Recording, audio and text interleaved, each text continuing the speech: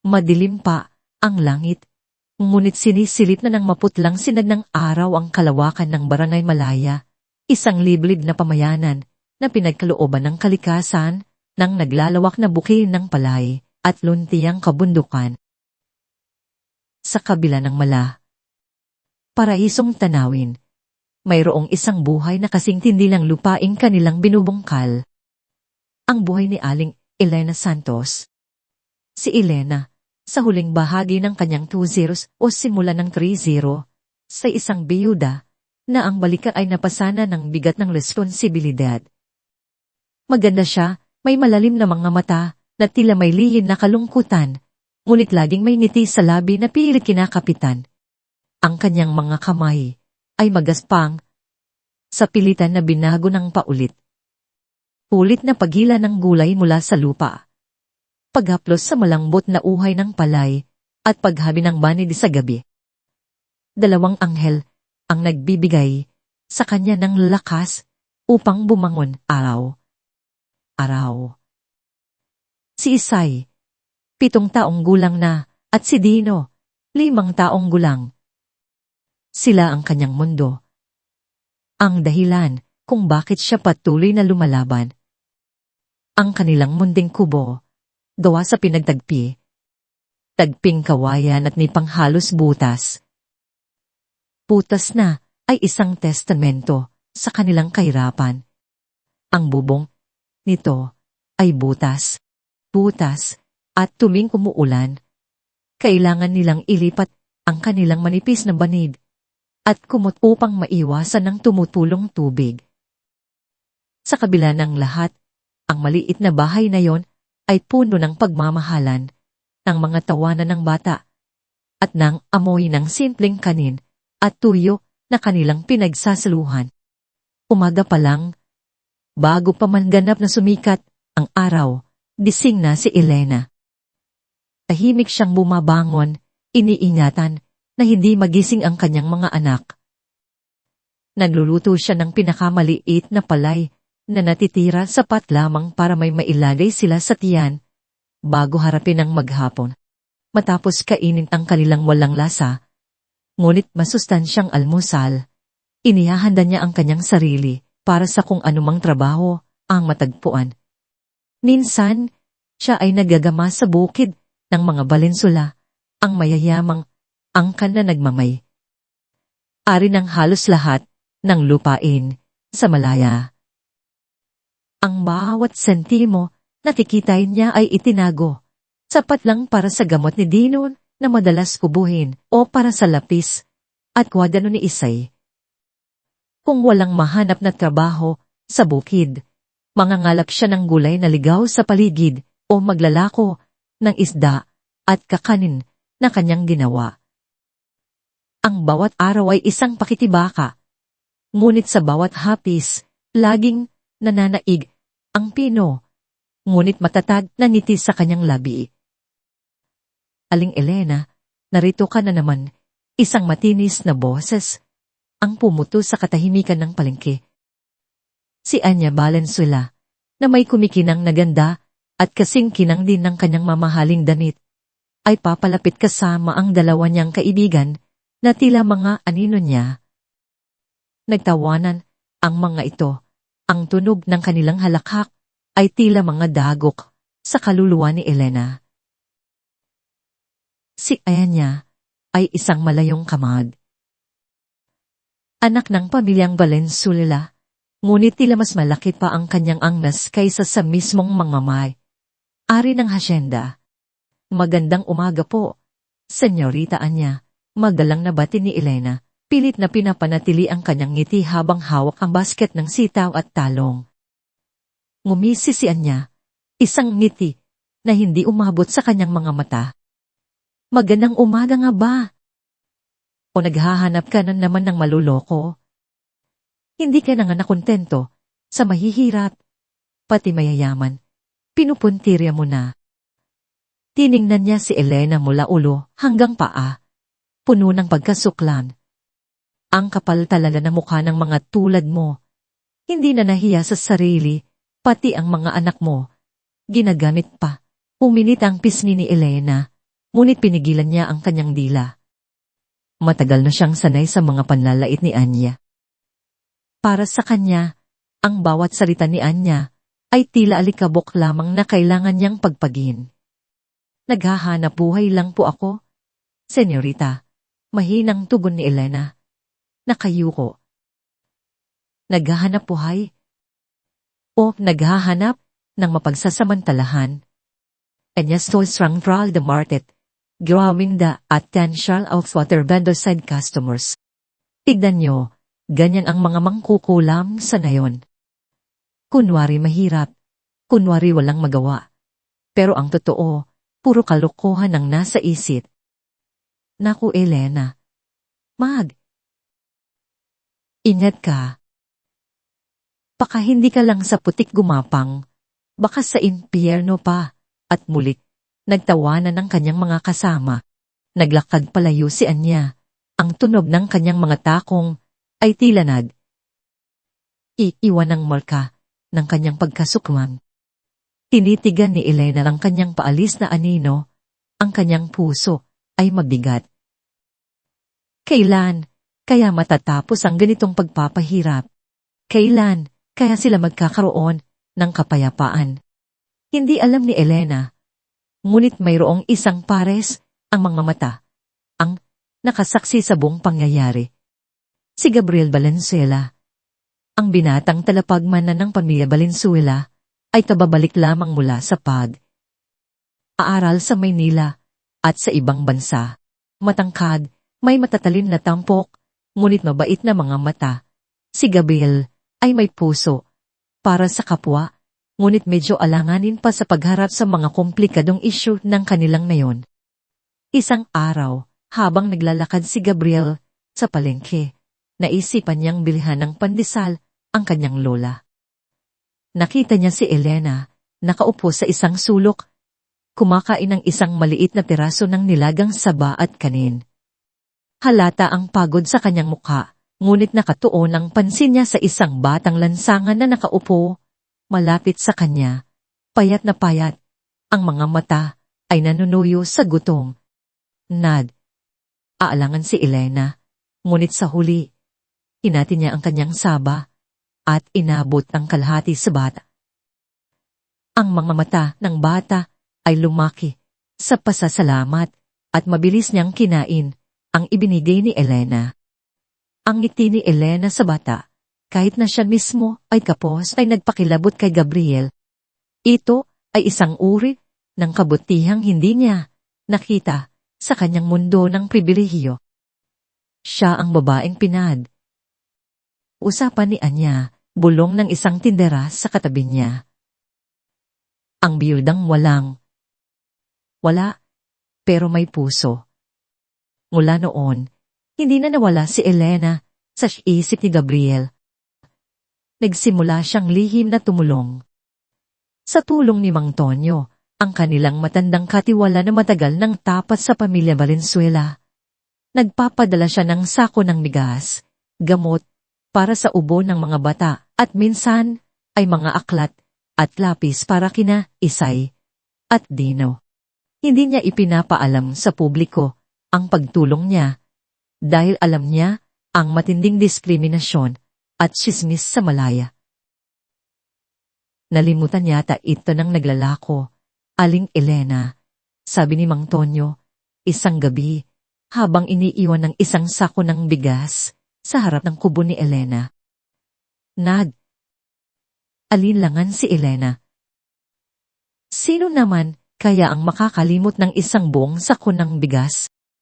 Ngunit nang tangkain niyang isuli ito, hinintay na ni Mang Tonyo ang kanyang sagot sa tintuan ng gate ng hasyenda. Ay, sigurado akong para sa iyo na yan, Aling Elena. Baka ipinadala ng kung sinong may malaking puso. Anggapin mo na. Sa bawat tulong na dumating, kahit hindi niya alam kung sino ang nagbigay, naramdaman ni Elena ang isang munting asa. Mayroon pa palang nagmamalasakit. Mayroon pa palang Diyos. Ngunit ang kabutihan ay hindi palaging nagtatago ng matagal. Napansin ni Anya ang pagiging abala ni Gabriel kay Mang Tonyo, ang madalas na pagtatanong nito tungkol sa kapakanan ng ilang pamilya. Isang hapon, nakita niya si Mang Tonyo na iiwan ng isang bag ng lata at gamot sa harap ng kubo ni Elena. Naramdaman ni Anya ang matinding selos. Matagal na niyang hinahabol si Gabriel. Inaasam na maging asawa niya ang binata.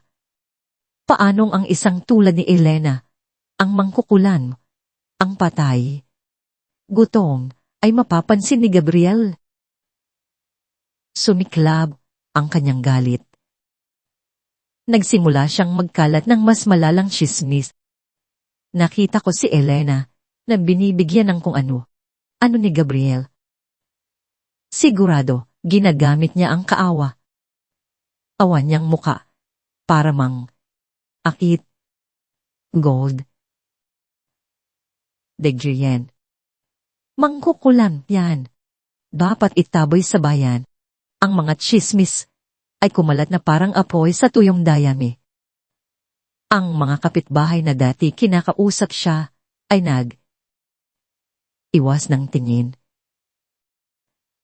Ang mga bata sa eskwela ay niloloko, sina Isay at Tino.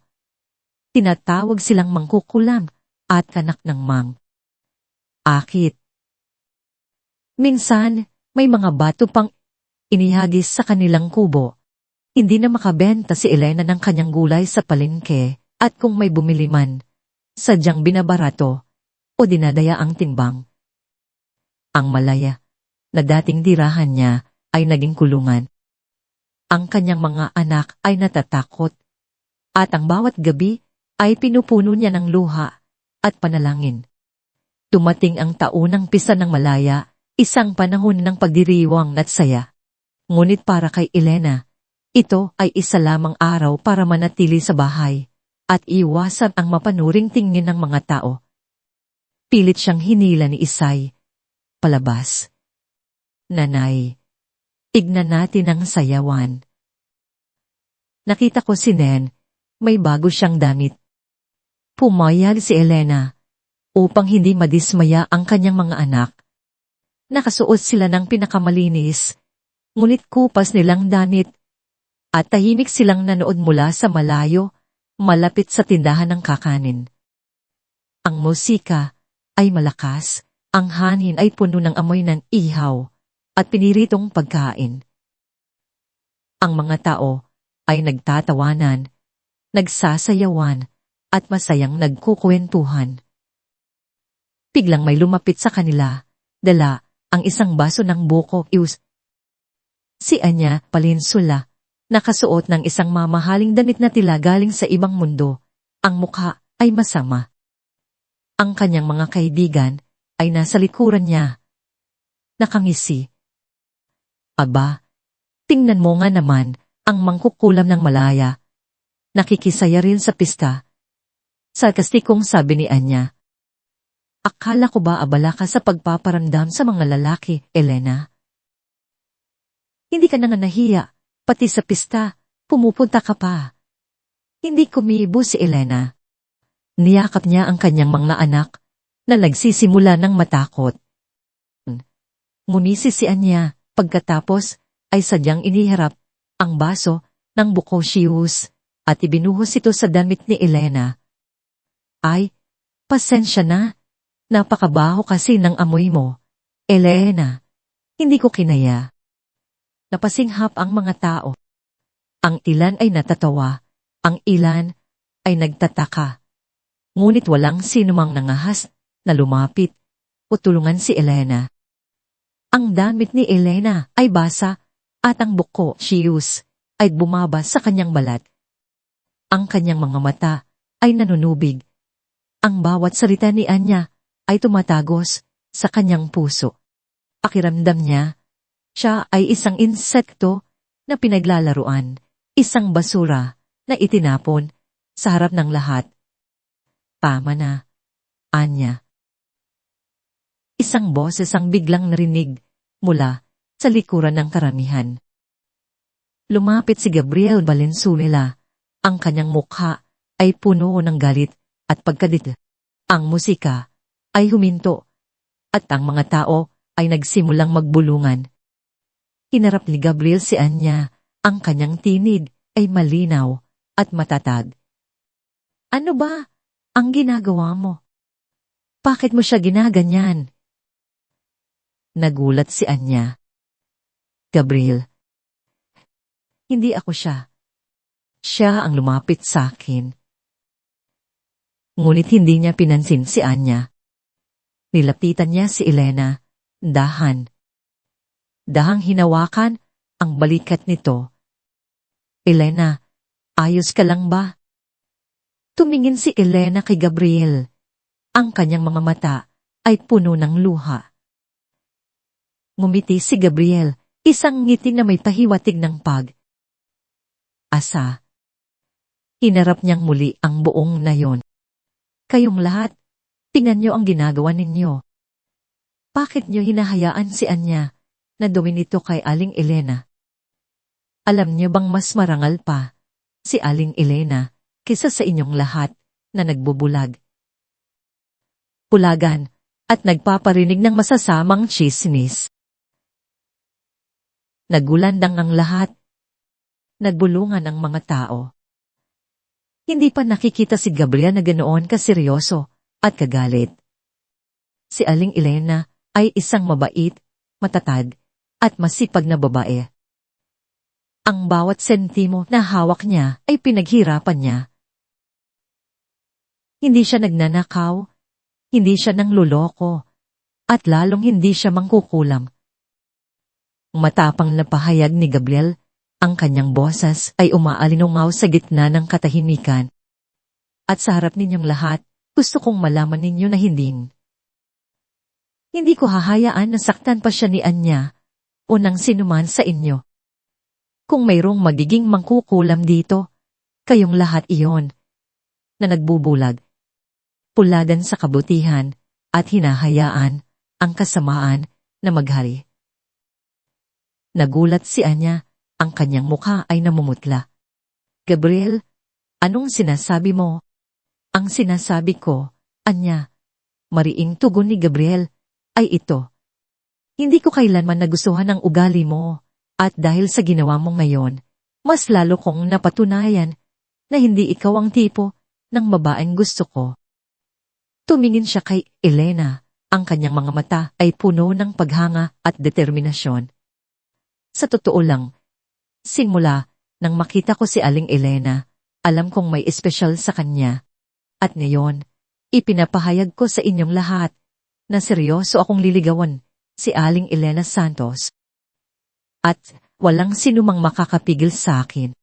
Ang mga salitang iyon ay parang bomba na sumabog sa gitna ng pista. Ang lahat ay nabigla. Si Anya ay namumutla sa galit at kahihiyan, ang kanyang mukha ay halos pumutok.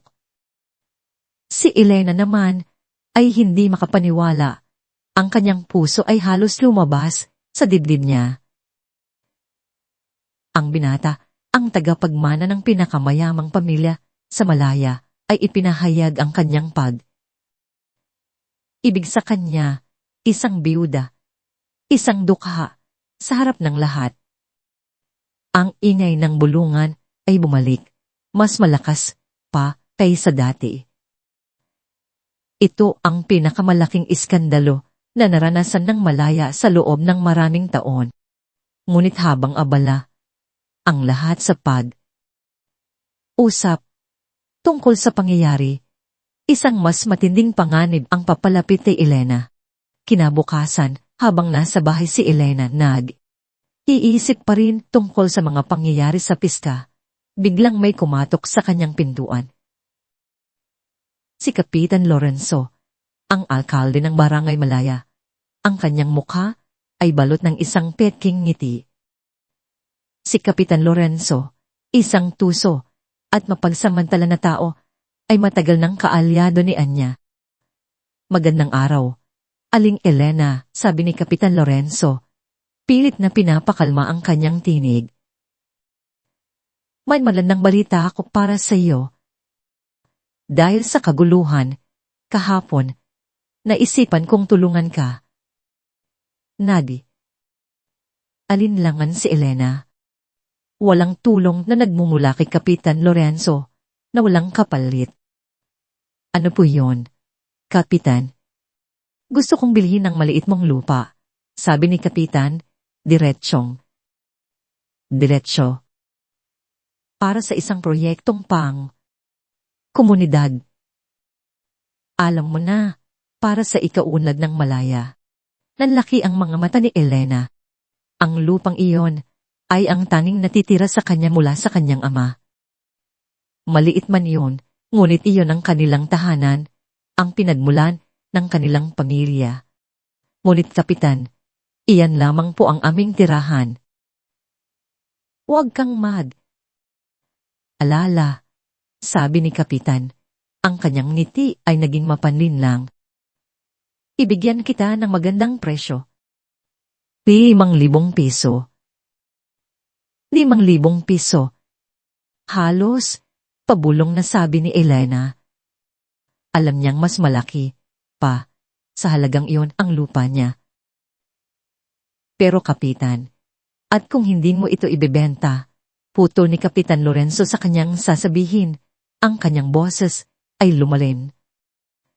Baka mawalan ka ng karapatan sa mga serbisyo ng barangay. Baka pati ang mga anak mo hindi makapag-aral. Baka mawalan ka ng tirahan. Alam mo naman, minsan kailangan nating magsakripisyo para sa ikauunlad ng komunidad. Ang mga salita ni Kapitan Lorenzo ay parang mga kidilat na tumama sa puso ni Elena. Ang pananakot ay malinaw. Hindi niya maaring ibenta ang lupa, ngunit sa kabilang banda, paano siya lalaban sa isang kapitan na may hawak na kapangyarihan? Muli, naramdaman ni Elena ang bigat ng mundo sa kanyang mga balikat. Hindi niya alam kung saan siya kukuha ng lakas o kung paano niya poprotektahan ang kanyang pamilya mula sa bagong banta na ito. Ang pagbabanta ni Kapitan Lorenzo ay bumalot sa kaluluwa ni Elena tulad ng makapal na alikabok, umaharang sa anumang tislap ng asa.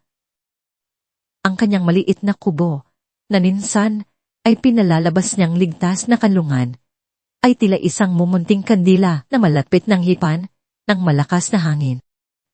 5,000 piso. Ito ay isang insulto, isang pagtatangka na agawin ng taning na iwan sa kanya. Ang lupaing pinagmulan ng kanyang ama, ang kanyang pinaghirapan, ang kanyang mana. Ngunit paano siya lalaban? Ang kapitan ay may kapangyarihan, may mga koneksyon. Siya ay isang biyuda, mahirap, at sa mata ng marami isang mangkukulam. Isang gabi, habang mahimbing na natutulog sina Isay at Dino, napagdesisyonan ni Elena na hindi siya susuko ng walang laban. Kung ang lupa, ang usapan, kailangan niyang humanap ng ebidensya, ng kahit anong patunay na sa kanila ito. Ang kanyang ama, si Mang Ben, ay isang tahimik, ngunit matalino, at mapagmahal na tao. Alam niyang iningatan nito ang lahat, ang mahalagang papel. Marahil ay mayroon pa siyang naiwan. Sa liwanag ng isang lampara, sinimulan ni Elena ang paghahanap. Ang kanyang maliit na kubo ay puno ng pinagsana. Samang alaala at kahirapan. Bawat sulok ay kanyang ginalugad.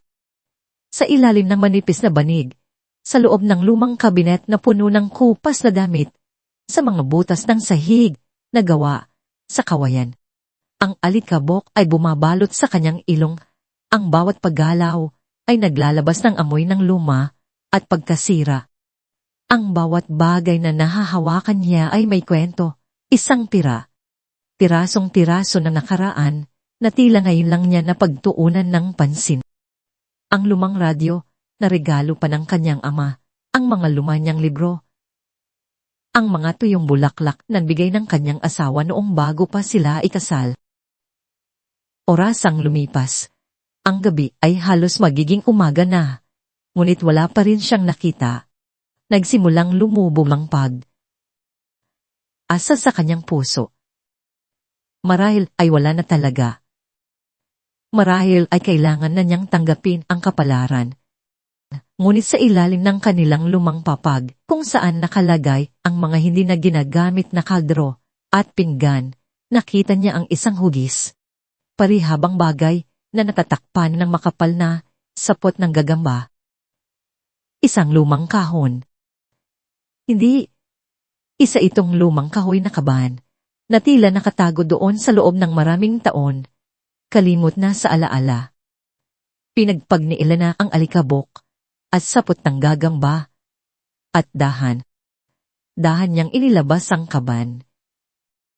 Ang kahoy nito ay maitim na, ang mga metal na kurbata ay kinakalawang, pat mayroon itong disenyo na halos dorado, na sa palipas ng panahon.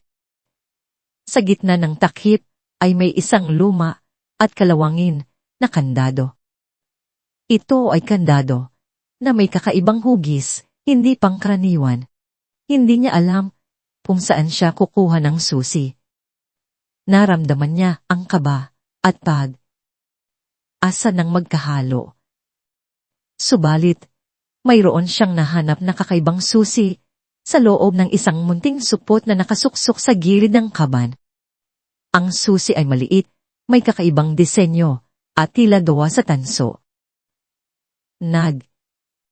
Paalangan si Elena, ngunit sa huli, ipinasok niya ang susi sa kandar. Sa kanyang pagtataka, umikot ito ng walang hirap.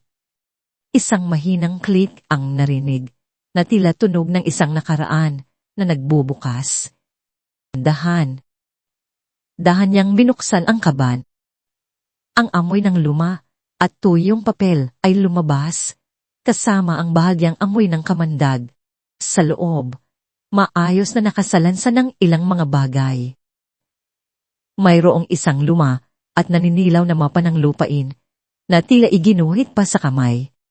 Ang mga linya at hangganan ay malinaw pa rin, ngunit ang tinta ay kupas na. Sa tabi nito ay isang silyadong sobre na may nakasulat na pangalan ng kanyang ama at isang petsa na matagal nang lumitas. Ang selyo ay tila selyo ng isang balensula na may disenyo ng isang puno at isang sulo. Ang kanyang kamay ay nanginginig habang dahan niyang binubuksan ang sobe. Sa loob ay isang sulat. Kamay na liham mula sa kanyang ama. Ang kanyang mga mata ay nanunubig habang binabasa ang mga salita. Ang bawat letra ay tila tinig ng kanyang ama na narinig niyang muli. Sa aking minamahal na anak na si Elena, nagsisimula ang liham, ang sulat. Kamay ay matatag, ngunit may bayad ng pagod. Kung nababasa mo ito, marahil ay wala na ako. Nais kong malaman mo ang isang bagay na matagal kong inilihin, isang pasanin na matagal kong dinala. Mayroong isang malaking lihim na nakatago sa ilalim ng lupaing ito, ang lupaing minana mong mula sa akin, ang lupaing Balensula.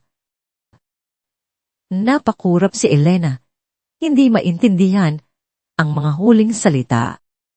Lupaing Balensula. Nagpatuloy ang liham. Ang katotohanan ay mas komplikado kaysa sa alam mo. Ang lupang ito, ang Barangay Malaya, ay may mas malalim na kasaysayan kaysa sa sinuman. Ang iyong maliit na parsela ng lupa ay hindi lamang isang simpleng lupain. Ito ay isang piraso ng isang mas malaking fossil. Ang mga Balensula ay nagmamay. Arinang malala sa loob ng maraming taon, ngunit mayroong isang bahagi ng kanilang ari. Ariyan na sa katotohanan ay sa atin, sa pamilya, Santos. Ang aking lolo, na isang tapad na katiwala ng dating Valenzuela, ay iwan ng mga dokumento na nagpapatunay nito. Ngunit ang mga iyon ay sadyang itinago ng isang mapanlinlang na ninuno ng Valenzuela upang sila ay maging ganap na may ari. nagsimulang bumilis ang tibok ng puso ni Elena. Hindi niya maintindihan. Ang lahat ng alam niya ay tila binaliktad. Ikinubli ko ang mga orihinal na papeles, Elena, dahil alam kong darating ang araw na kakailanganin mo ang mga ito. Ang pinakamahalagang dokumento ay nakatago sa isang ligtas na lugar na ang susi ay hawak mo na ngayon. Ito ang magpapatunay ng lahat. Huwag kang matakot. Anak ko, may katotohanan na naghihintay na lumabas. Hayaan mong ito ang maging gabay mo, manatili kang matapat sa iyong puso, at laging ipaglaban ang tama. Ang lihan ay nagtapos doon, ngunit ang mga salita ay tila nakaukit sa isip ni Elena. Ang kanyang ama ay alam ang lahat. Ang Valenzuela, ang mga mayayaman na pinaglilingkuran niya, ay hindi pala danap na may ari ng lahat ng lupain sa Malaya. Ang kanyang maliit na lupa, ang kanilang kubo, ay isang bahagi ng isang mas malaking mana na ninakaw sa kanilang pamilya. Hindi ito simpleng lupaing ibinibenta. Ito ay pagkakakilanlan. Ito ay hustisya. Ang susi. Ang lihang ay nagsabi na ang susi ay hawak niya na. Ang susi na kanyang nahanap sa loob ng kaban. Para saan ito? Ang kaban ay nasa harap niya na, bukas.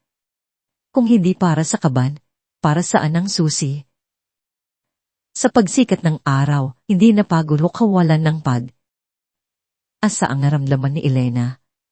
Napalitan ito ng matinding pagkadismaya, pagkalito, at isang aalab na apoy ng determinasyon. Kailangan niyang malaman ang buong katotohanan. Kailangan niyang ipaglaban ng kanyang pamilya. Hindi lamang ang kanilang lupa, kundi ang kanilang pangalan. Hindi aksaya ng oras, si Elena. Hawak ang mapa, ang lihan, at ang kakaibang susi.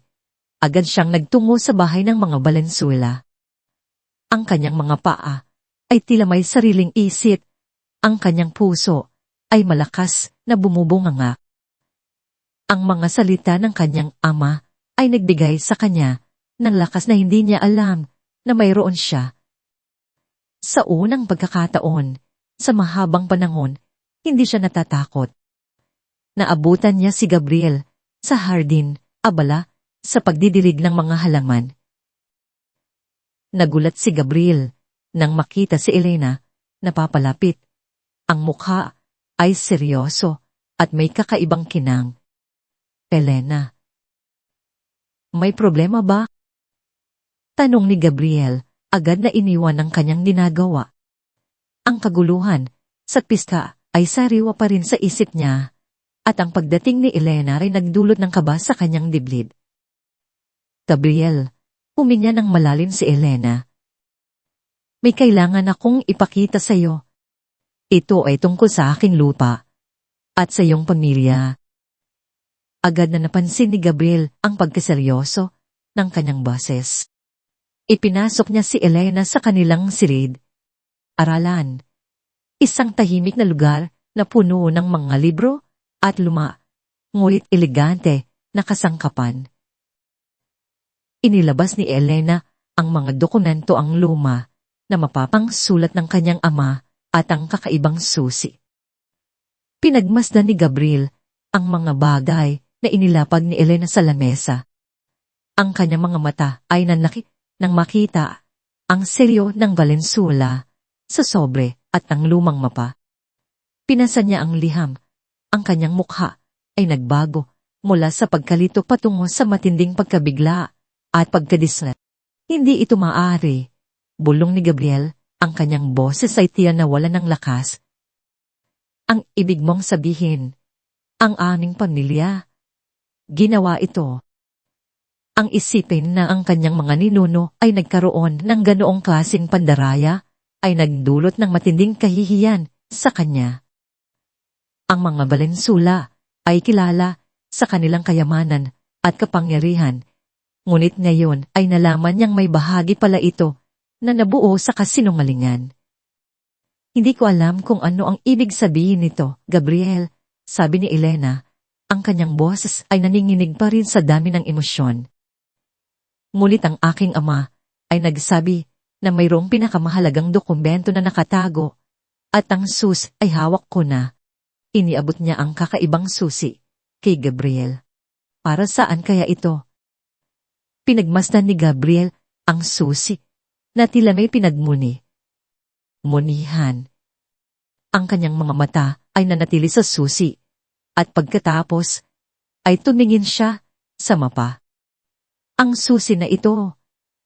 May nakita akong ganito dati sa isang lumang librong pamilya. Sinabi ng aking lolo na ito ay para sa isang babi na hindi namin dapat buksan maliban kung kinakailangan. Umuntong. Hininga si Gabriel. Hindi tayo maaring kumilos ng isa dito, Elena. Kailangan natin ng tulong mula sa isang taong mapagkakatiwalaan, isang taong may alam sa batas at sa kasaysayan ng aming pamilya. Agad na naisip ni Gabriel ang isang pangalan. Ate. Lamos. Si Ate. Lamos ay ang matagal ng abogado ng pamilya Valenzuela, isang lalaking nasa edad 50 na may matatahim na isip at isang hindi matitinag na paninindigan sa katotohanan. Pagamat naglingkod siya sa mga Valenzuela, alam ni Gabriel na si Ate Ramos ay matagal nang may pagdududa sa ilang aspeto ng pamamahala ng ari. Arian ng pamilya, lalo na sa mga lumang transaksyon. Kilala ko ang isang abogado na marahil ay makakatulong sa atin, sabi ni Gabriel kay Elena. Si Ate Ramos. Siya ay tapat at hindi matatakutin. Walang anumang ideya si Elena kung ano ang hitsura ng isang abogado o kung paano sila kumikilos. Ang kanyang mundo ay puro pagsasaka at simpleng buhay. Ngunit alam niyang kailangan niya ng tulong at si Gabriel ang tanging tao na handang tumulong sa kanya. Kinaumagahan, dinala ni Gabriel si Elena sa opisina ni Ate Ramos sa kalapit na bahan. Ang opisina ay simple, ngunit malinis, pulo ng mga libro ng batas at mga seryosong dokumento. Si Ate Ramos ay isang lalaking may salamin, ang kanyang buhok ay halos puti na. Ang kanyang mga mata ay matalin, ngunit mayroong isang uri ng kabaitan sa likod ng mga ito. Ipinakita ni na Gabriel at Elena ang mapa, ang liham, at ang susi. Maingat na pinagmaslan ni Ate Ramos ang bawat detalye, ang kanyang kilay ay kumunot habang binabasa ang liham ng ama ni Elena. Ito ay seryoso, sabi ni Ate Ramos. Ang kanyang boses ay mahinahon, ngunit may bigat. Ang liham na ito ay nagpapahiwatig ng isang codicil o isang supplemental will na nagpapabago sa orihinal na will ng isang Valenzuela. Ang mapa at ang silyo ay nagkumpirma ng posibilidad. Ang susi na ito, mayroon akong ideya kung para saan ito. Ipinaliwanag ni Ate Ramos na ang pamilya Valenzuela ay may isang lumang kasaysayan ng mga lihim at hindi patas na transaksyon sa lupa. Mayroong mga usapan sa nakaraan tungkol sa isang malaking bahagi ng kanilang ari. Arian na orihinal na pagmamay. Ari ng isang pamilyang Santos na tapat na naglingkod sa mga Valenzuela. Ngunit ang mga yon ay nawala sa paglipas ng panahon o sadyang itinago. Ang susi na ito, sabi ni Ate Ramos, kung hindi ako nagkakamali, ay para sa isang lumang kit na bakal na itinago sa ilalim ng lumang bahay ng mga Valenzuela. Ang bahay na halos hindi na ginagamit ngayon sa dulo ng hasyenda, malapit sa lumang bodega. Sinabi sa akin ng lolo ni Gabriel na mayroong mahalagang bagay doon na hindi dapat buksan, maliban kung ang tunay na may-ari ang nagpakita ng susi. Nagsimulang magkaroon ng kaba sa puso ni Elena. Hindi lamang ito tungkol sa kanyang maliit na lupa. Ito ay tungkol sa isang mas malaking katotohanan, isang kasaysayan ng kawalang katarungan. Sa sumunod na mga araw, sina Elena, Gabriel at Ate Ramos ay nagtrabaho ng walang patid. Sinimulan nilang dekoding ang mapa, pinag-aralan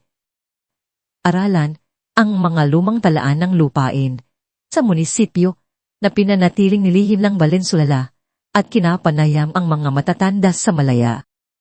Ang mga matatandang ito na dahil takot magsalita dahil sa kapangyarihan ng mga Valenzuela at ni Kapitan Lorenzo ay unting nagsalaysay ng mga lumang kwento. "Oh, Aling Elena," sabi ni Lola Pasing, isang matanda na nakakita na ng maraming pagbabago sa Malaya. "Ang iyong lolo ay isang napakabait at tapat na katiwala. Lagi niyang sinasabi na ang lupaing ito ay may sariling kaluluwa. At minsan, narinig kong nagbubulungan sila ng iyong ama tungkol sa pagkawala ng mga dokumento ng lupa. Sinabi niya na irinago niya ito para sa tamang panahon. Ang bawat kwento, ang bawat piraso ng impormasyon ay nagdagdag sa puzzle. Ang katotohanan ay dahang lumilitaw, tulad ng araw na lumalabas mula sa makapal na ulap. Ang lumang bahay ng mga Valenzuela na nakatayo sa dulo ng hasyenda ay matagal nang inabandona. Puno ito ng alikabok at mga panakot na istorya ng mga multo. Ngunit para kina Elena, Gabriel at Ate Ramos, ito ay ang susi sa katotohanan. Isang gabi, sa ilalim ng takip ng dilim, nagpunta sila sa lumang bahay. Ang bahay ay luma na, ang mga kahoy ay nagkalasob. Nasob na. Sa tulong ng isang lumang blueprint ng bahay na nakuha ni Ate Ramos mula sa mga lumang files ng pamilya Valenzuela, natukoy nila ang isang lihim na lugar sa ilalim ng sahig, sa ilalim ng isang lumang bodega. Ang hangin ay mabigat, puno ng amoy ng luma at pagkasira. Sa tulong ng ilaw mula sa flashlight, nakita nila ang isang lumang kit na bakal na tila ginawa pa noong unang panahon. Ang kandado nito ay may kakaibang hugis, at ang puso ni Elena ay lumundag nang makita niya na ito ay eksaktong kapareho ng hugis ng susi na hawak niya. Nanginginig ang mga kamay ni Elena nang ipasok niya ang susi. Isang mahinang click ang narinig muli at dahan niyang binuksan ang kit. Sa loob, nakasalansan ng mga dokumento. Hindi lamang mga lumang papeles, kundi ang orihinal na washat codicil na isinulat ng isang Don Hilario Valenzuela, isang ninuno ng mga Valenzuela na may petsa na daang taon na ang nakakaraan. Ang wasyat na ito ay malinaw na nagsasaad na isang malaking bahagi ng hasyenda ng Valenzuela, kasama ang lupaing kinatitirikan ng kubo ni Elena, ay dapat na mapunta sa mga tapat na katiwala ng pamilya Santos bilang pasasalamat at mana. Ngunit sa ilalim ng wasyat na ito, mayroong isang sekundaryong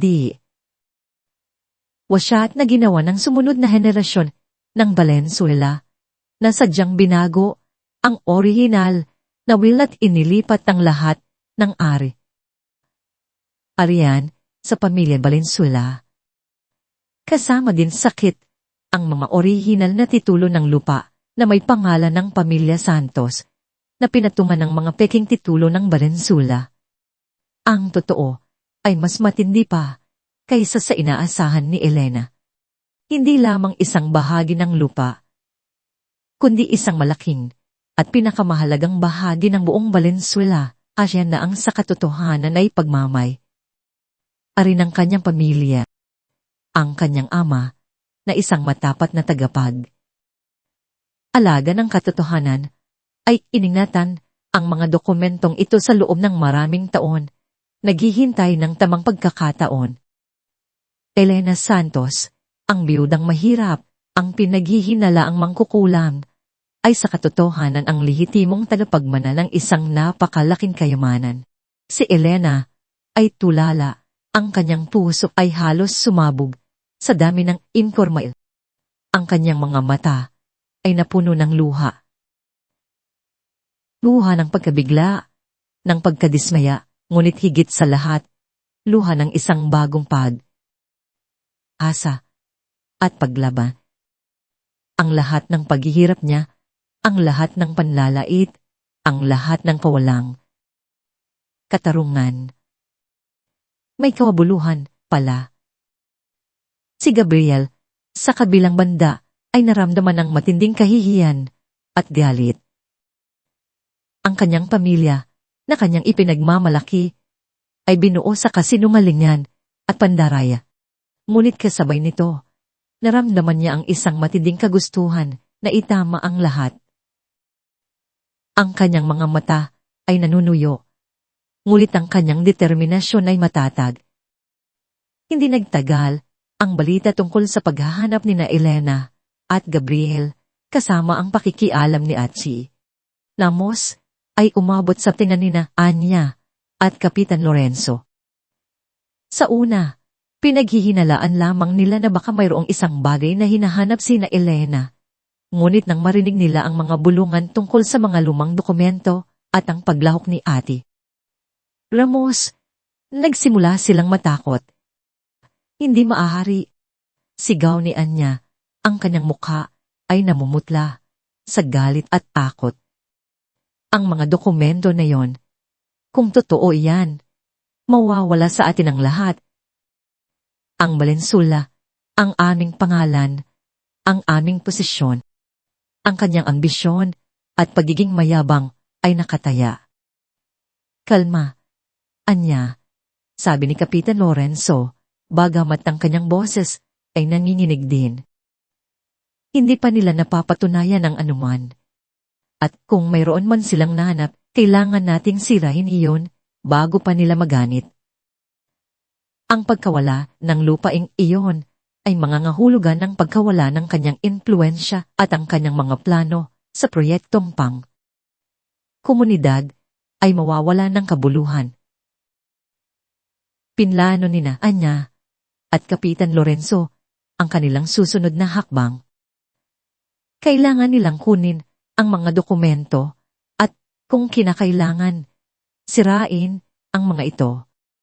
Hindi nila hahayaan na ang isang dukha tulad ni Elena ay sirain ang kanilang buhay.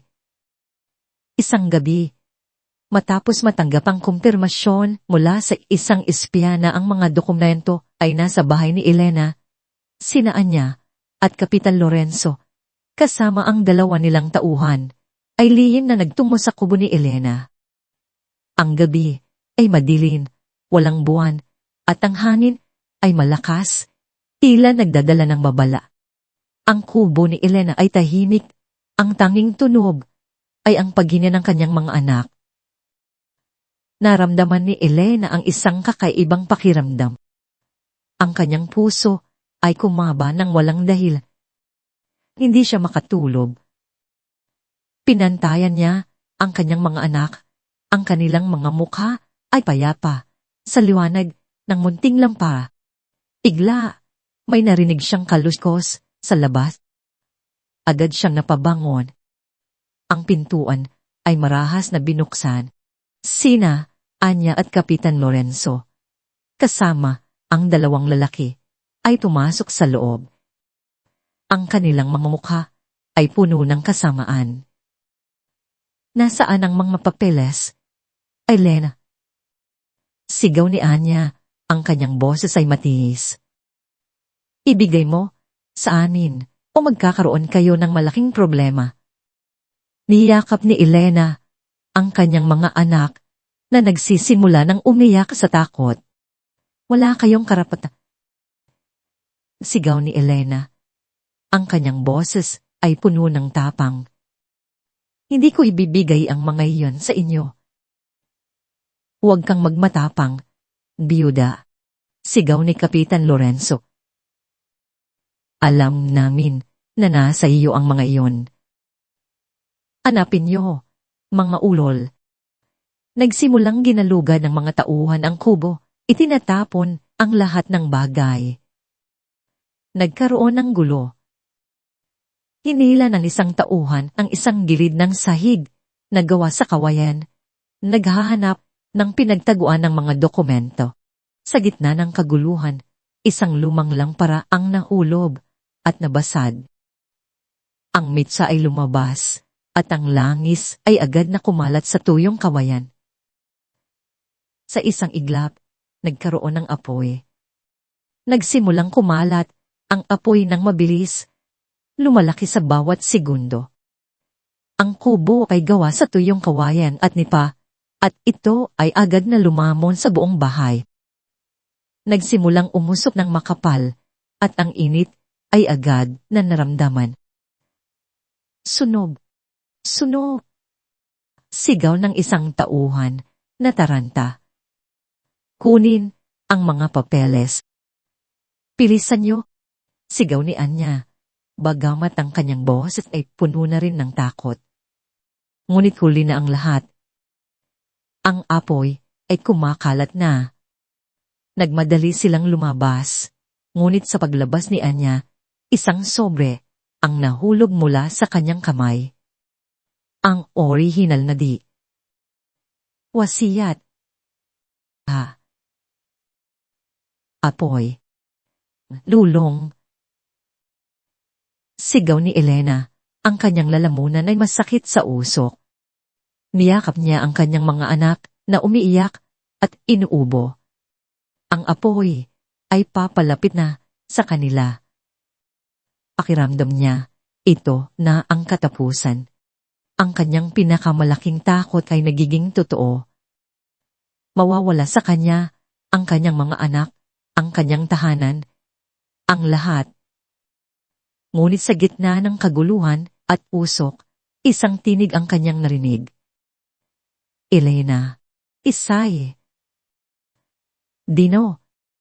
Si Gabriel. Naramdaman ni Gabriel ang isang kakaibang kaba ng gabing iyon. Hindi siya makatulog. Ang mga banta ni Kapitan Lorenzo at ang galit ni Anya ay naglaro sa kanyang isip. Sa pahad. Aalala, tinawagan niya si Ate Lamos at kasama ang ilang matatapat na taga. Paryo, nagtungo sila sa bahay ni Elena. Naabutan nila ang kubo ni Elena na nilalamon na ng apoy. Ang usok ay makapal at ang siga ay nagliliyab. Nakita niya ang anino nina Anya at Kapitan Lorenzo na tumatakas. Elena. Sigaw ni Gabriel, agad na sumugod sa apoy, kasama si Ati Ramos at ang ilang taga. Baryo. Ang mga taga, baryo, na ngayon ay alam na ang katotohanan tungkol sa mga dokumento at ang tunay na kalagayan ni Elena ay hindi na natatakot.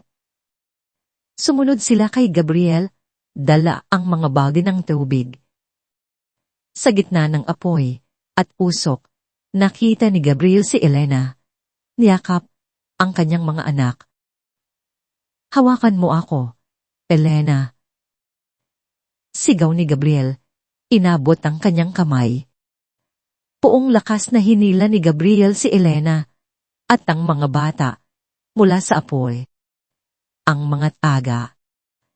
Paryo ay tumulong sa apula ng sunog, bagamat alam nilang huli na ang lahat para sa kubo. Habang inililigtas si Elena, nakita ni Ati Ramos ang sobre na nahulog mula kay Anya. Agad niya itong pinulot. Ito. Ito ang mga dokumento. Sigaw ni Aki. Ramos, ipinakita ang di. Wasiyat. Sa gitna ng kaguluhan ng apoy, ang mga taga. Paryo ay nagulantang nang makita si Anya at Kapitan Lorenzo na tumatakas. Sila ang may kagagawan nito. Sigaw ng isang taga. Paryo. Sila ang nagsunog ng bahay ni Elena. Sa pagkakataong iyon, wala nang makapigil sa galit ng mga tao. Ang mga matagal ng bulag sa katotohanan ay nakakita na. Ang mga tinig ng pagtatanggol kay Anya at Kapitan Lorenzo ay nawala. Ang mga taga. Aryo, na ngayon ay nalaman na ang katotohanan ay hinabol at pinigilan sina Anya at Kapitan Lorenzo. Sa harap ng nagliliyab na kubo ni Elena, sa gitna ng usok at kaguluhan, inihayag ni Aki. Ramos, ang nilalaman ng di. Wasiyat. Ang kanyang boses ay malakas at malinaw, umaalinaw sa gabi. Ang lupain ito at ang malaking bahagi ng hasyenda ng Valenzuela ay sa katotohanan ay pagmamay. Ay ni Elena Santos. Siya ang lehitimong tagapagmana. Ang mga salitang iyon ay parang kulob sa gitna ng gabi. Ang mga taga. Paryo ay nabigla. Si Elena Santos, ang biyudang mahirap na kanilang kinukutya, ang pinaghihinalaang mangkukulam, ay sa katotohanan ng may ari ng isang malaking kayamanan, isang bahagi ng Valenzuela. Ang kahihiyan ay bumalot sa kanila. Ang kanilang paghusga, ang kanilang panlalait, ang kanilang pagbato. Lahat ng iyon ay dumalik sa kanila. Si Elena, na ngayon ay nakatayo sa tabi ni Gabriel, ang kanyang mga anak ay ligtas sa kanyang tabi, ay tumingin sa paligid. Ang apoy ay patuloy na nagliliyab, ang kanyang tahanan ay nawala. Ngunit sa kanyang mga mata, mayroong isang kislap ng lakas ng paglaban at ng hustisya. Sina Anya at Kapitan Lorenzo, na ngayon ay hawak na ng mga taga. Paryo ay nakita ang matinding galis sa mga mata ng mga tao. Ang kanilang mga plano ay nabigo. Ang kanilang kasamaan ay nalantad. Ang mga papel na sinubukan nilang sirain ay ligtas sa kamay ni Ate. Ramos, ipinaaresto sila. Sigaw ni Gabriel, ang kanyang boses ay matatag. Dahil sa pagnanakaw ng ari, arian, at sa panununob. Haharapin nila ang bata.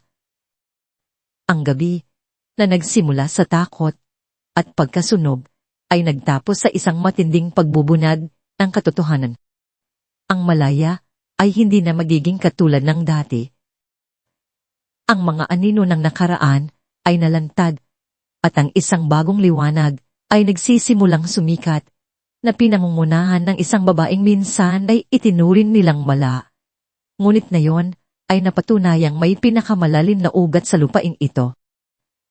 Ang araw ay sumikat sa isang malaya na nagising, hindi na sa kinaugaliang kahirapan at kawalan ng asa, kundi sa isang bagong umaga na puno ng tislap ng asa. Si Elena Santos, na minsan ay isang biyuda na lugmok sa hirap at pinagtatawanan, ay nagbago. Hindi na siya ang babaeng nakayuko. Ang mga balikat ay nakasubsob sa bigat ng mundo. Ngayon, siya ay nakatayo ng matuwid. Ang kanyang mga mata ay nagniningning na may lalim ng karunungan at isang matatag na determinasyon. Ang kanyang panlabas na anyo ay nagkaroon ng banayad na pagbabago.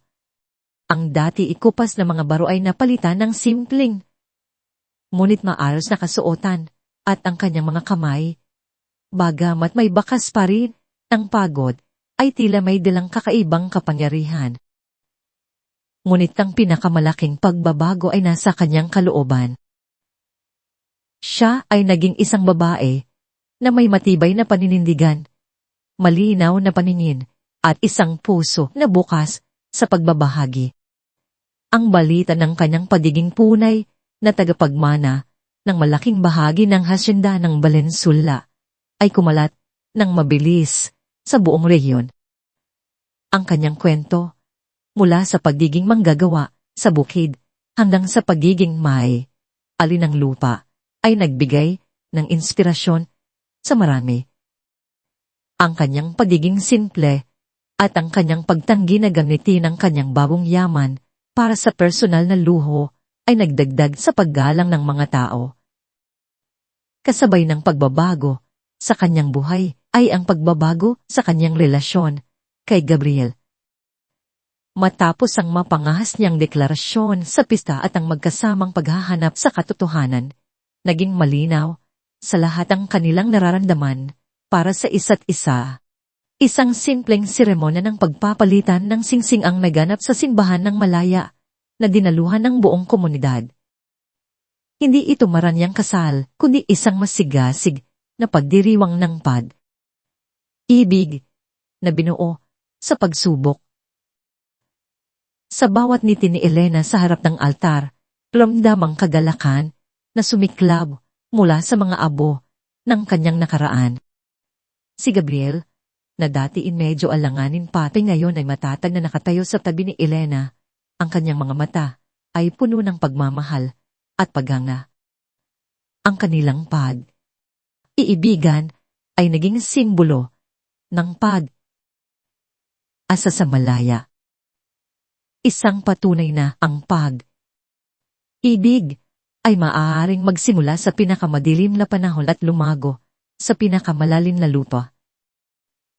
Sa panig ng komunidad, ang pagtanggap sa kanilang relasyon ay nagmula sa paghanga sa katatagan ni Elena at sa dedikasyon ni Gabriel.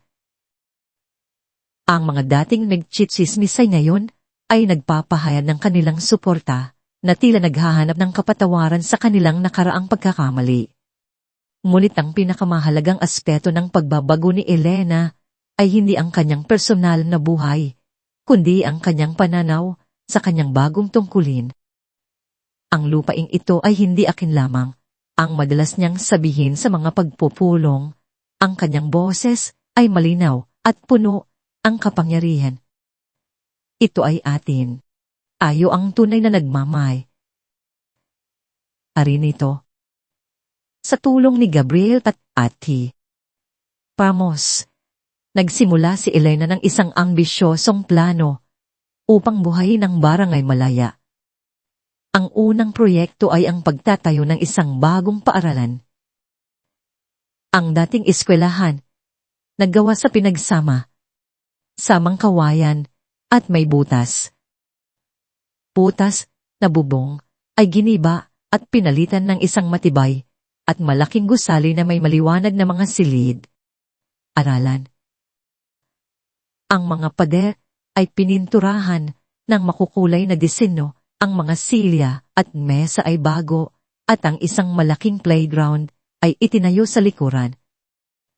Tuwing umaga, ang tawanan at sigawan ng mga bata ay umaalinaw sa buong nayon. Isang musikang masarap pakinggan. Ang edukasyon ng susi. Pahayan ni Elena sa inaugurasyon ng paaralan, habang tinitignan sina Isay at Dino na masayang naglalaro sa bagong playground. Dito magsisimula ang kinabukasan ng ating mga anak at ng ating pamayanan. Kasunod nito, isang modernong sentrong pangkalusugan ng itinayo.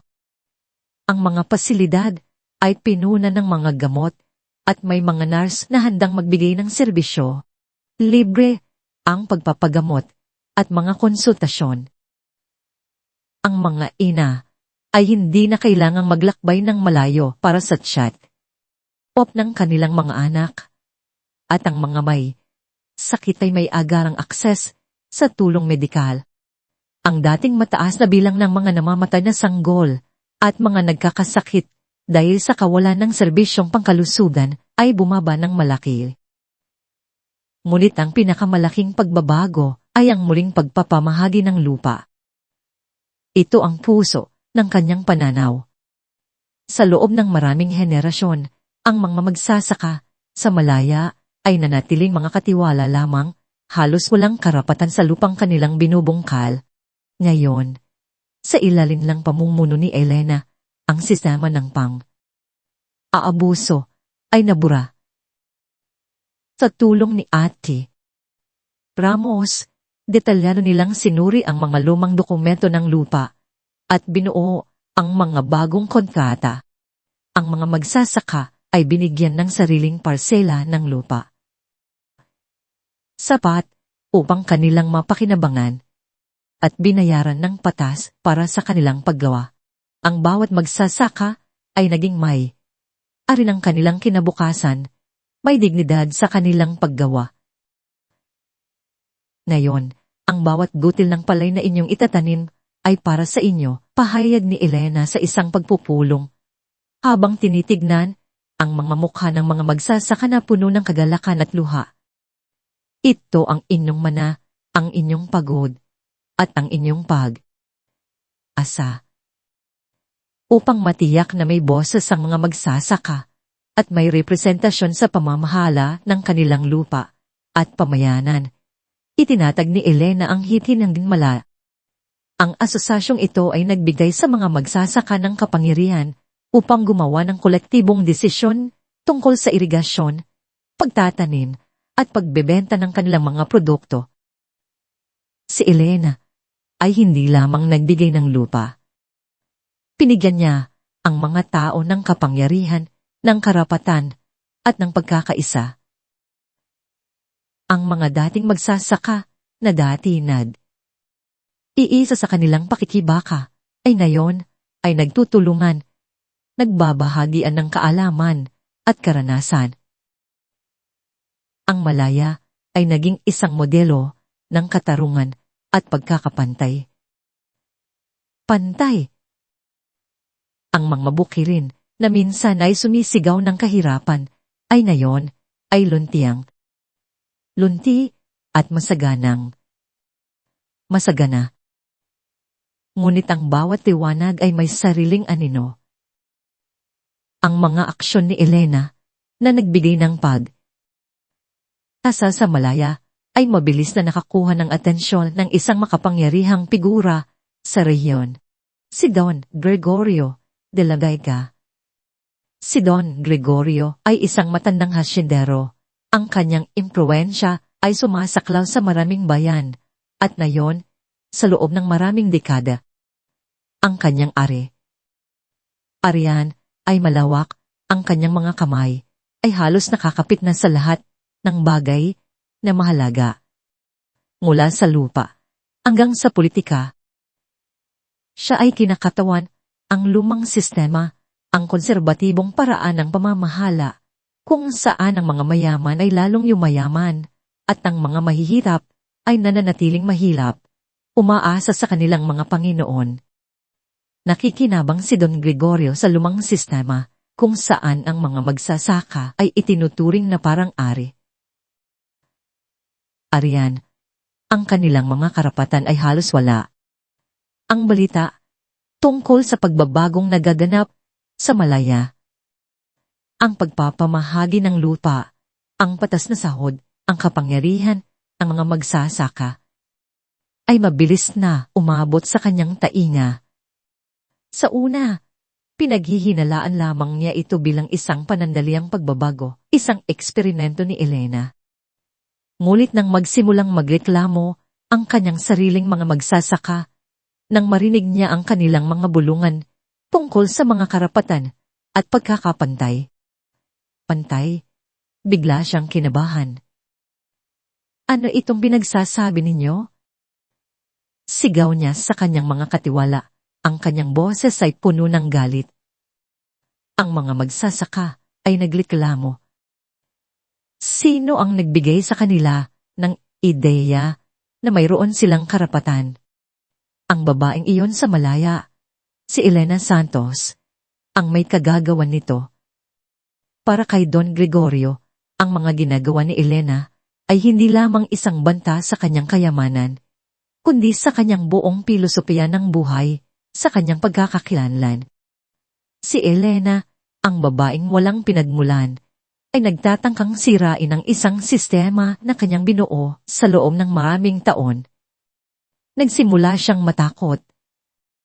Hindi sa pisikal na paraan, kundi sa pagkawala ng kanyang kapangyarihan, ng kanyang kontrol, upang pigilan si Elena at patunayan na ang kanyang modelo ay hindi gagana. Nagsimula si Don Gregorio ng mga mapanlinlang na aksyon. Ang una niyang target ay ang tubig. Sa isang liblib na lugar, kung saan nagtatagpo ang pangunahing irigasyon na dumadaloy sa mga bukirin ng Malaya at sa kanyang sariling lupain, sadyang ginamit ni Don Gregorio ang kanyang impluwensya upang ilihis ang dari ng tubig. Sa gabi, ang kanyang mga tauhan ay lihim na nagtatayo ng mga dam, nagpapalit ng direksyon ng tubig, upang ang mas maraming tubig ay dumari sa kanyang lupain at mas kaunti ang makarating sa Malaya. Kailangan nating iparamdam sa kanila kung sino ang tunay na may kapangyarihan sa lupa at tubig.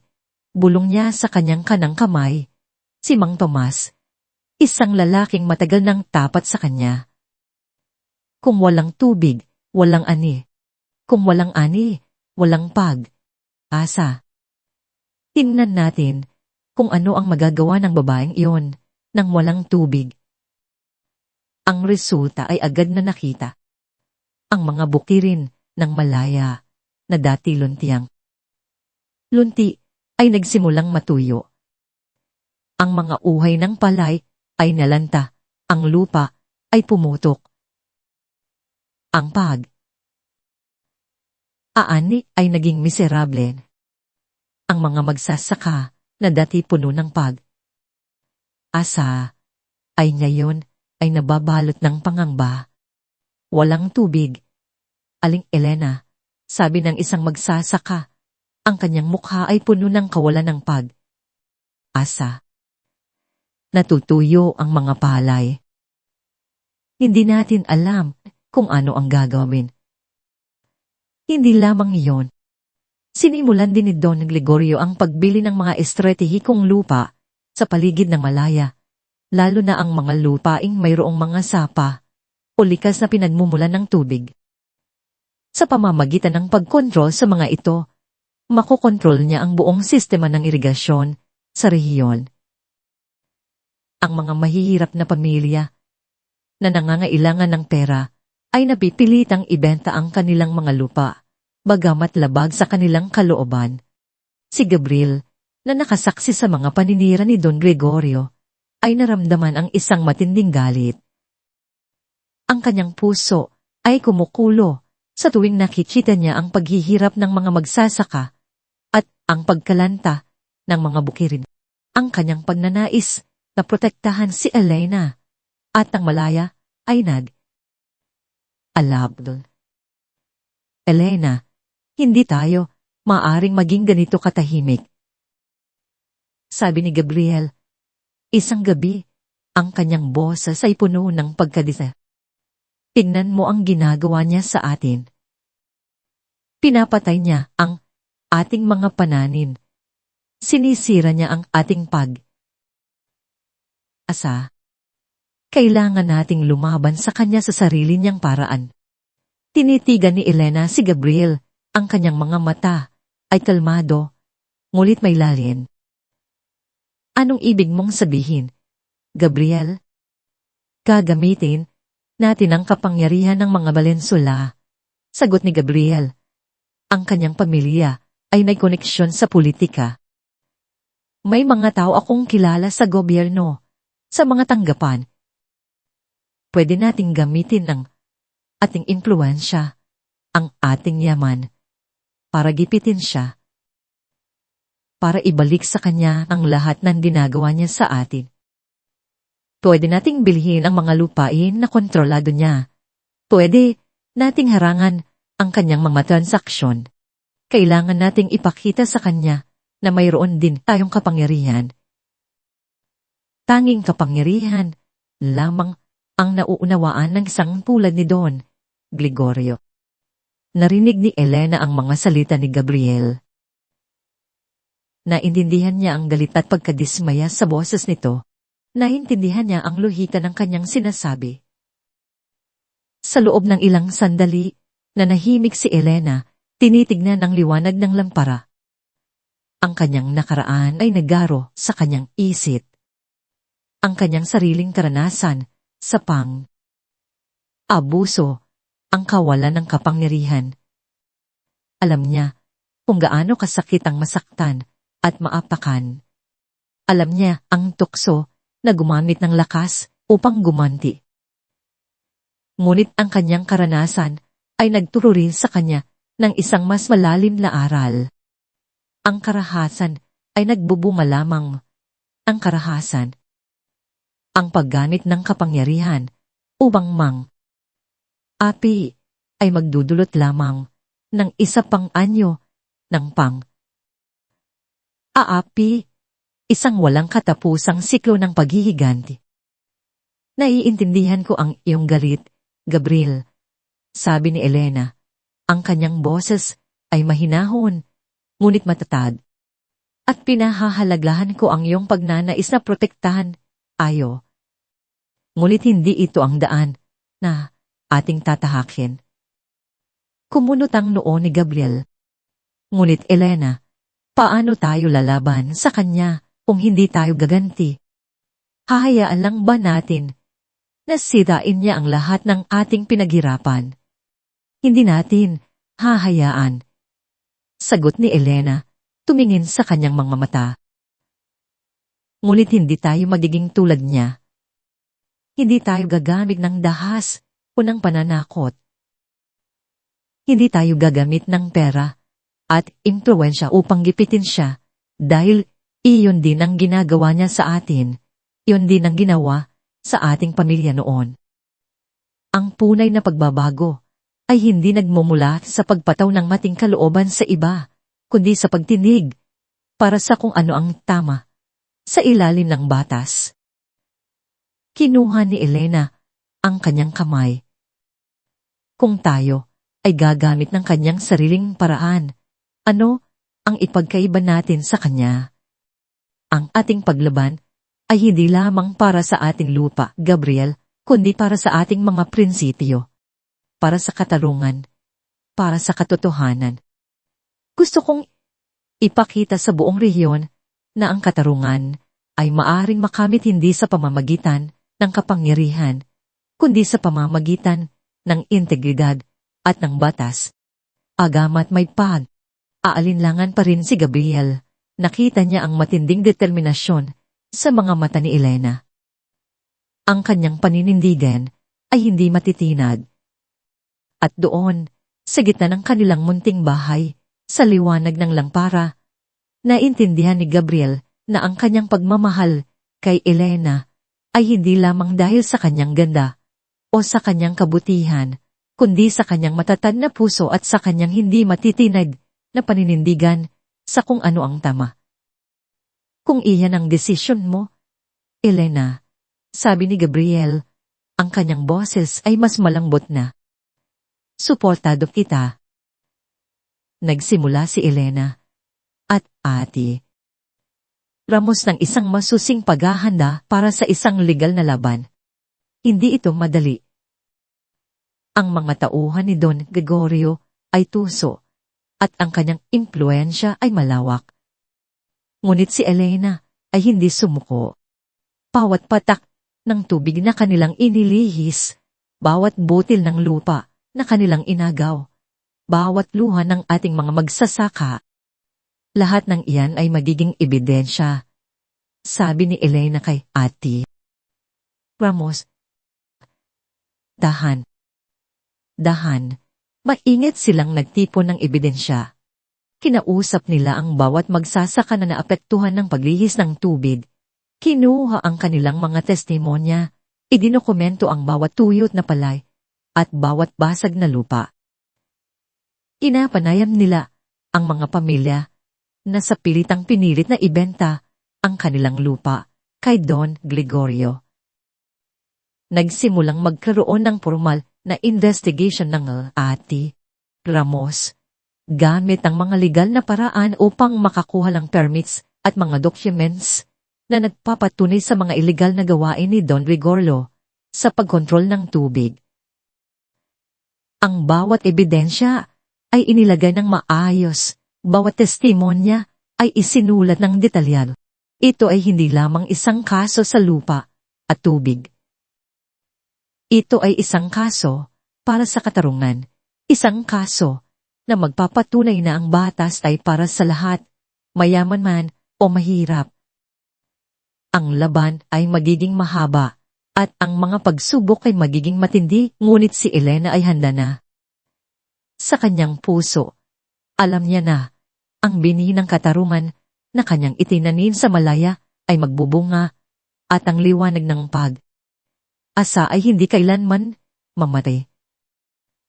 Ang araw, bagamat hindi pa ganap na sumisikat, ay nagbabadya na ng isang bagong umaga sa Malaya. Ngunit sa araw na ito, hindi ang mga bukirin o ang tahimik na pamumuhay ang sentro ng atensyon, kundi ang bulwagan ng hukuman sa kabisera ng probinsya.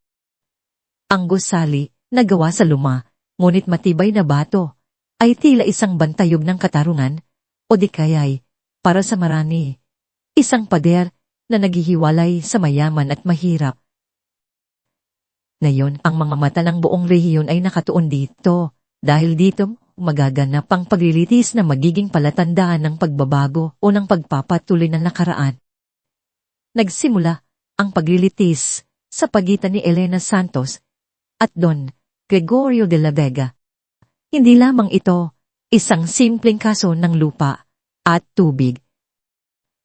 Ito ay isang tunggalian ng dalawang filosofiya. Sa isang banda, ang lumang sistema, ang konserbatibong paraan ng pamamahala na kumikilala sa kapangyarihan at pribilehiyo ng iilan na kinakatawan ni Don Gregorio. Sa kabilang banda, ang progresibong pananaw ni Elena na naniniwala sa pagkakapantay, pantay, katarungan, at pagbabahagi ng yaman para sa ikabubuti ng lahat. Ang paglilitis ay naging usapan sa bawat sulok ng probinsya at ang bulwagan ng hukuman ay puno ng mga mamamahayag, mga taga-suporta ni Elena at mga usisir. Ang hangin ay nabigat sa tensyon, halong asa at pangamba. Nakaupo si Elena sa tabi ni Ate Ramos, ang kanyang likod ay matuwid, ang kanyang mga mata ay matatag. Pagamat may kaba sa kanyang dibdib, ang kanyang paninindigan ay hindi matitinag. Tuot niya ang isang simpleng baro na tila nagpapahiwatig ng kanyang pagiging simple at pagkakaugnay sa mga taong kanyang ipinaglalaban. Sa kabilang banda, nakaupo si Don Gregorio. Ang kanyang anyo ay puno ng kayabangan at paghamak. Ang kanyang abogado ay isang veterano sa korte, kilala sa kanyang pagiging tuso at sa kanyang kakayahang baluktutin ang katotohanan. Tinitigan ni Don Gregorio si Elena na tila isang insekto na madali niyang dudurugin. Hindi niya maisip na ang isang babaeng tulad ni Elena ay mangangahas na hamunin ng kanyang kapangyarihan. Sa likod ni Elena, nakaupo si Gabriel. Ang kanyang mga mata ay nananatili kay Elena, handang sumuporta sa bawat hakbang. Ang kanyang presensya ay nagbibigay ng lakas kay Elena, isang tahimik na pangako ng pagmamahal at pagsuporta. Kasama niya ang mga magsasaka ng Malaya na kahit hirap na hirap ay naglakbay upang saksihan ang katarungang matagal na nilang inaasam. Ang kanilang mga mukha ay puno ng pag-asa, ngunit may bakas pa rin ng takot. Nagsimula ang paglilitis sa pagbubukas na pahayag ni Ate Ramos. Ang kanyang boses ay malinaw at matatag, naglalarawan ng talamak na abuso sa kapangyarihan ni Don Gregorio ang pagmamanipula nito sa sistema ng irigasyon at ang matinding epekto nito sa buhay ng mga magsasaka sa Mala. Tinawag niya ang mga magsasaka bilang kanyang unang mga testigo. Ang mga magsasaka na dating takot magsalita laban sa sinumang may kapangyarihan ay ngayon ay tumayo ng matapang sa harap ng hukuman. Ang bawat isa sa kanila ay nagkwento ng kanilang karanasan. Ang bawat salita ay tumatago sa puso ng mga nakikinig. Si Mang Tonyo, isang matandang magsasaka na halos 50 taon nang nagbubungkal ng lupa, ang unang tumayo sa witness stand. Ang kanyang mga kamay ay magaspang. Ang kanyang mukha ay inukit ng matinding pagod at pagsubok. Ang lupa po namin ay parang anak namin. Nagsimula si Mang Tonyo. Ang kanyang boses ay naninginig, ngunit may bigat. Simula po nang ilihis ni Don Gregorio ang tubig, namatay ang mga palay namin. Ang mga uhay na dapat sana ipuno ng butil ay natuyo. Ang lupa na dati malambot at mataba ay pumutok. Wala kaming naani. Ukom, ni isang buti wala. Paano po kami kakain? Paano po makapad? Aaral ang mga apo namin. Ang kanyang mga mata ay napuno ng luha, hindi ng awa sa sarili, kundi ng sakit para sa kanyang pamilya at sa kanyang lupa. Sinundan siya ni Aling Nena, isang ina na ang kanyang pamilya ay napilitang humiram ng pera sa mataas na interes dahil sa kawalan ng ani. Ang asawa ko po, nagkasakit. Walang makain. Ang mga anak ko, nilalagnat. Wala kaming pambili ng gamot. Ang tanging asa namin ay ang aming bukid. Pero kinuha po ni Don Gregorio ang tubig. Sabi niya, ang kanyang tinig ay halos pabulong, ngunit puno ng matinding sakit. Pinagbantaan pa po kami na kung magsalita kami, mawawala ang aming lupa. Kaya po, natakot kami. Ang abogado ni Don Gregorio, si Ate Cruz, ay sinubukang siraan ang mga testimonya ng mga magsasaka. Sinasabing sila ay binayaran ni Elena. O di kaya may malalim na galit laban kay Don Gregorio. Hindi ba't matagal na kayong galit sa aming kliyente dahil sa kanyang kayamanan?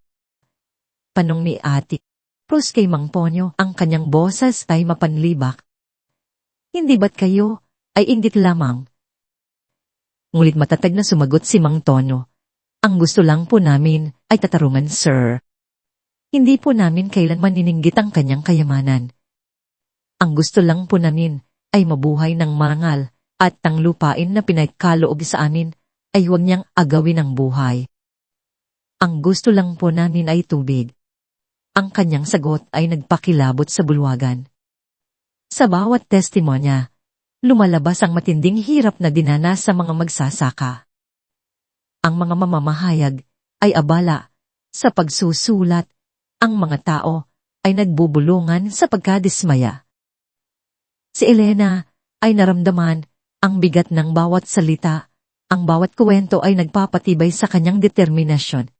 Nakita niya ang pagbabago sa mga magsasaka. Ang takot ay napalitan ng tapang.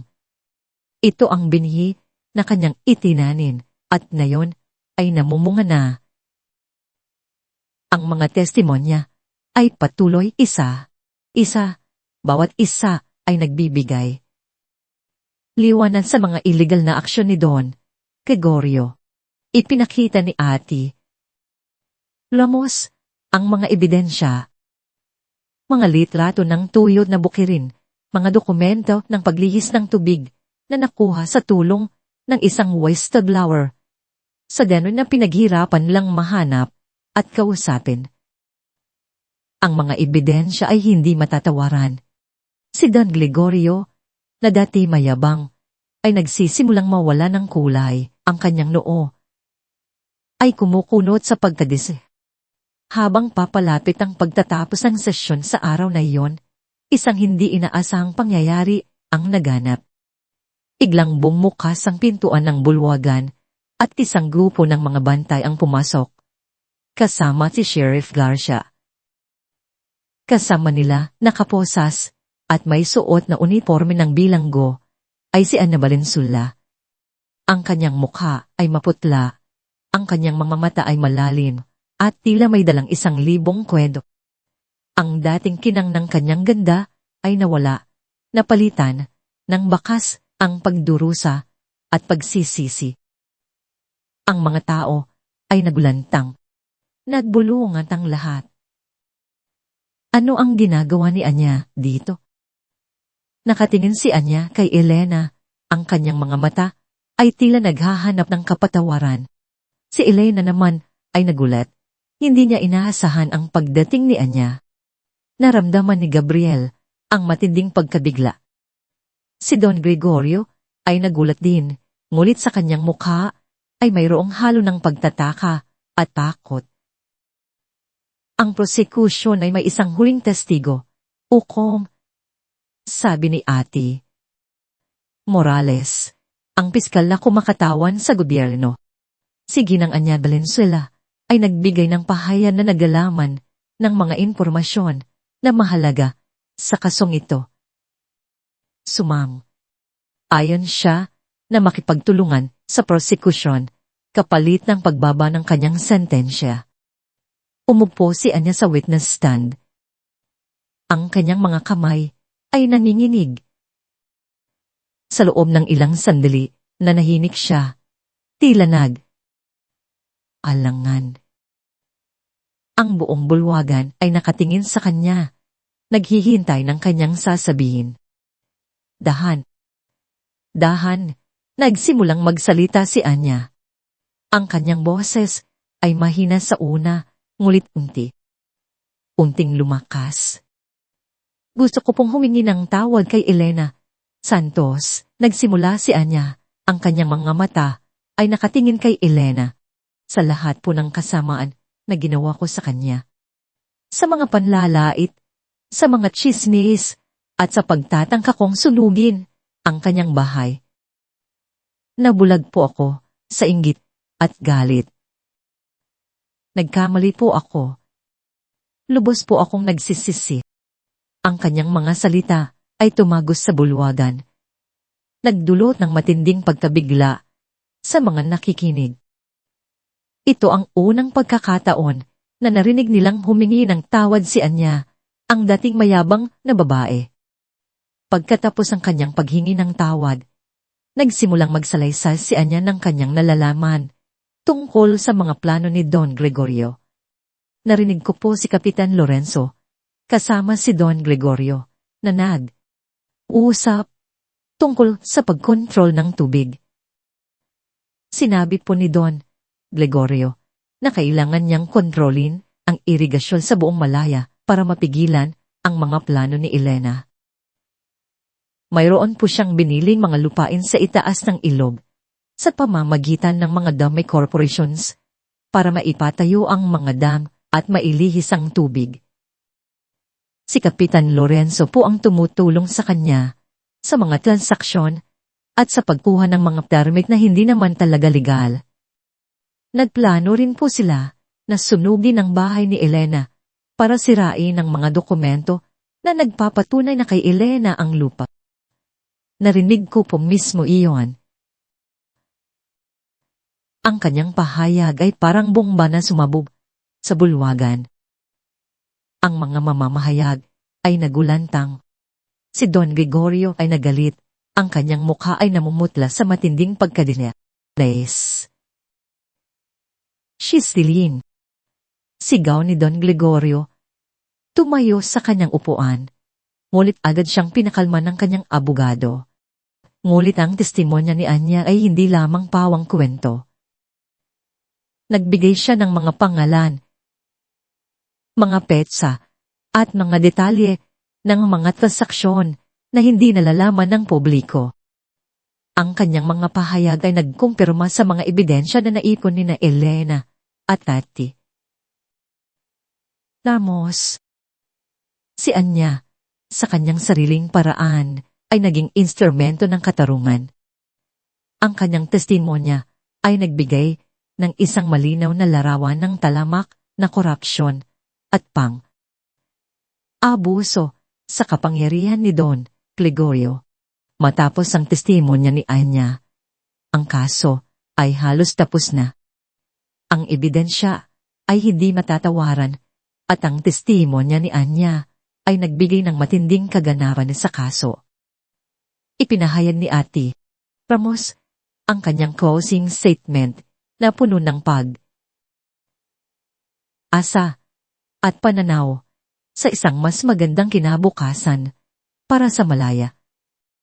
Sinubukang ipagtanggol ni Ate si Don Gregorio, ngunit ang kanyang mga salita ay tila walang bigat. Deladarit ang hukom. Ang mga sandali ay tila mga oras. Ang buong bulwagan ay nanahimik, naghihintay ng hatol. Si Elena ay naramdaman ang matinding kaba, ang kanyang kamay ay mahigpit na nakahawak sa kamay ni Gabriel. Sa wakas, muling nagbukas ang pintuan ng hukom. Ang lahat ay tumayo. Ang hukom, isang matandang babae na may matatalim na mata, ay umupo sa kanyang upuan. Ang kanyang boses ay malinaw at matatag habang binabasa ang hatol.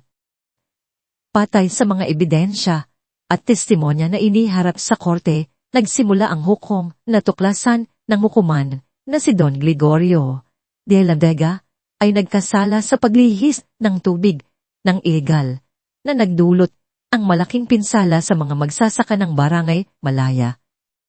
Siya ay nagkasala rin sa paggamit ng kanyang kapangyarihan upang kontrolin ang mga likas na yaman at sa pagtatangka na guluhin ang kapayapaan sa Malaya.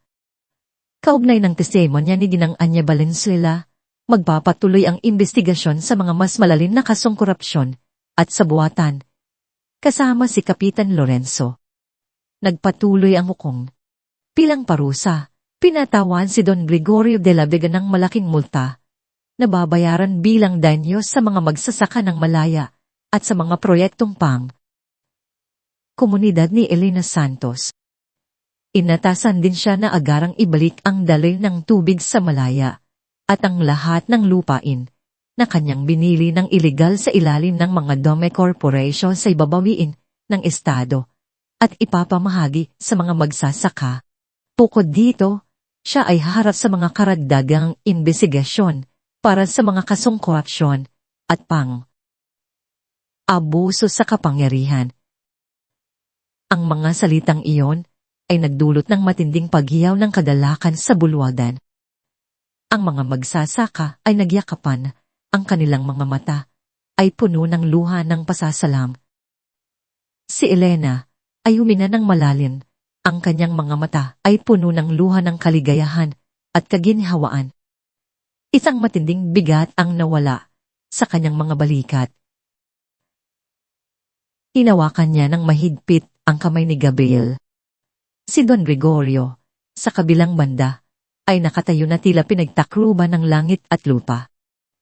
Ang kanyang mukha ay namutla, ang kanyang mga mata ay nanunuyo, ngunit ang kanyang puso ay puno ng galit at kahihi. Ang kanyang kapangyarihan, ang kanyang impluwensya, ang kanyang karangalan. Lahat ng iyon ay nawala sa isang iglap. Aharapin niya kang isang kinabukasan na puno ng paglilitis at kahihiyan. Ang balita ng tagumpay ni Elena ay kumalat na parang apoy sa probinsya. Si Elena Santos ay hindi na lamang isang lider ng Malaya. Siya ay naging isang simbolo ng asa at katarungan para sa mga komunidad na matagal nang inapi. Ang kanyang kwento ay naging inspirasyon, isang patunay na ang karaniwang tao, kung magkakaisa at maninindigan, ay kayang labanan ang pinakamakapangyarihang kalaban. Sa loob ng ilang buwan, matapos ang paglilitis, ang Malaya ay nagpatuloy sa pagbabago. Ang mga irigasyon ay naibalik na at ang mga bukirin ay muling naging lunti at masagana. Ang hinang din, Malaya ay lumakas, nagiging isang modelo para sa iba pang mga komunidad. Ang mga binuong paalalan at sentrong pangkalusugan ay nagsilbing pundasyon para sa isang mas matibay na kinabukasan. Sa bawat inaugurasyon, sa bawat pagpupulong, ang boses ni Elena ay laging nagpapahiwatig ng kanyang pananaw. Isang komunidad kung saan ang bawat isa ay may boses, may karapatan, at may asa. Ang mga dating kaso ng korupsyon at abuso sa iba't ibang bayan ay muling binuksan na inspirasyon ng kaso ni Elena. Ang iba pang mga magsasaka sa mga kalapit na komunidad ay nagsimulang manindigan, humingi ng mga karapatan, at humamon sa mga makapangyarihang hasyendero. Si Elena ay madalas na ininbitahan upang magsalita, upang magbahagi ng kanyang karanasan, at upang magbigay ng inspirasyon. Siya ay naging isang tinig para sa mga walang boses, isang champion ng katarungan.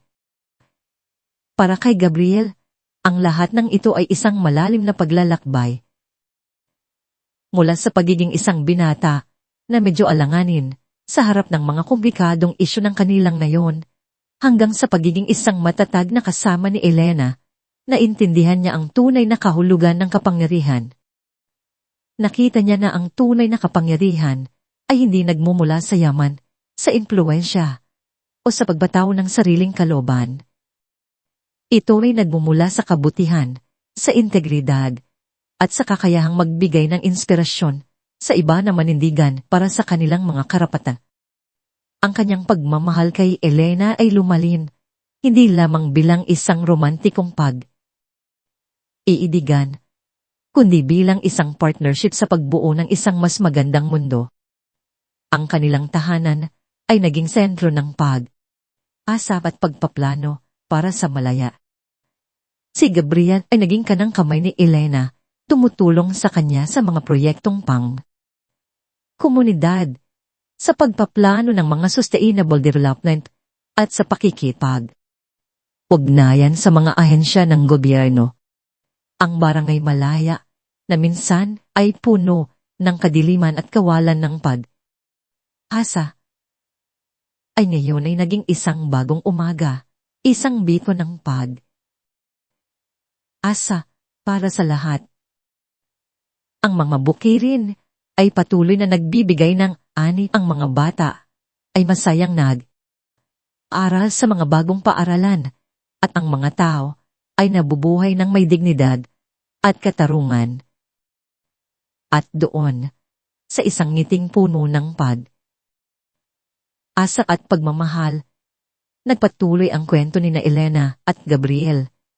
Hindi lamang bilang magkasintahan, kundi bilang mga pinuno at inspirasyon na magkasamang nagtatayo ng isang kinabukasan kung saan ang katarungan at asa ay hindi lamang isang pangarap, kundi isang katotohanan na may ngiti sa labi ng bawat mamamayan ng Malaya. Ang kanilang kwento ay patuloy na magiging hudyat ng pagbabago, isang patunay na sa bawat pagsubok, laging may asa, at sa bawat kadiliman, laging mayroong bagong umaga na naghihintay.